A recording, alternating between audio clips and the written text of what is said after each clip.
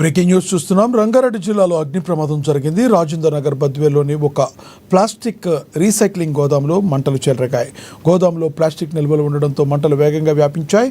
ఆకాశమంతా ఎత్తున దట్టమైన నల్లటి పొగ అలుముకుంది.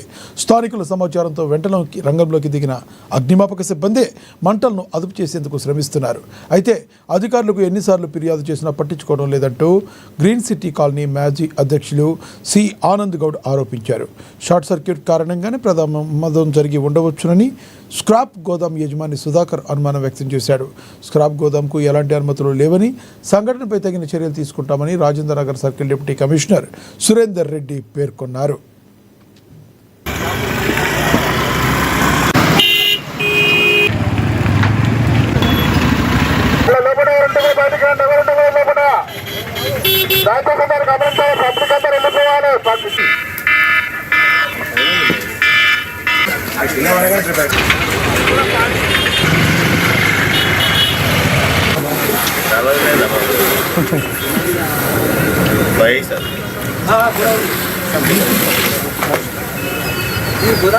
ప్లాస్టిక్ కూడా ఉన్నది మొత్తం కూడా కాలిపోయింది.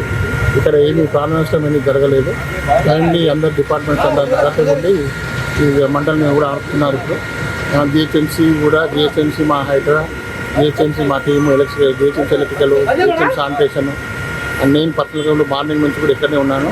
అన్ని డిపార్ట్మెంట్స్ అలర్ట్ చేసేసి ఇక్కడ ఫైర్ అనేది కంట్రోల్ తీసుకొచ్చాము. ఏమి ప్రాణ నష్టం అనేది జరగలేదు. కాకపోతే ఇది ఇల్లీగల్ ప్లాస్టిక్ స్క్రాప్ కూడా ఉన్నాం. ఇది నెక్స్ట్ టైం ఇక్కడ ఉండకుండా పబ్లిక్ ఏం హాని కనకుండా వీళ్ళకి నోటీస్ ఇచ్చేసి చట్ట ప్రకారంగా వీళ్ళపై చర్యలు తీసుకోబడుతుంది. Thank you. 6:30 టైంలో ఫోన్ చేస్తే కూడా మేము ఇంకా వచ్చినప్పుడు కూడా తర్వాత ఏం లేదు, ఓన్లీ ఇక్కడనే ఉంది. ఏమేమి కలిపి ఇలా ప్లాస్టిక్ ఏమైనా మిషనరీస్, ప్లాస్టిక్ కటింగ్ చేసే మిషన్, బైక్ ఏమైనా ఉందా?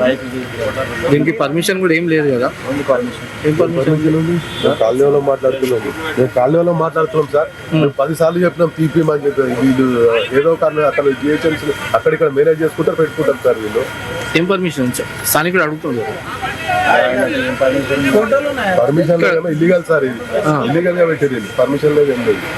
మేము ఈ విషయము మన ఎగ్జిబిషన్ గ్రౌండ్ దగ్గర కోర్టుకు కూడా వెళ్ళిన ఇష్యూ. కోర్టులో కూడా నేను ఒకటి చెప్పినాను. మళ్ళీ వాళ్ళు ఒక 2 నెలలు 3 నెలలు ఆగి మళ్ళీ ఫుల్ చేసారు. కాబట్టి దీనివల్ల మాకు కాలనీలో పొల్యూషన్ కూడా, వాటర్ పొల్యూషన్ కూడా అవుతుంది. ఎన్నోసార్లు మనం ఎంత చెప్పినా వాళ్ళు డబ్బులు ఇచ్చి దీన్ని కంటిన్యూ చేస్తారు కంపెనీలు. ఈ పైన అధికారులు కూడా దీనిపైన గట్టి చర్య ఎప్పుడు తీసుకుంటలేరు. దయచేసి దీని మీద గట్టి చర్య తీసుకోవాలని కాలనీ తరపు నుంచి, న్యూ కాలనీ తరపు నుంచి నేను కోరుతున్నాను.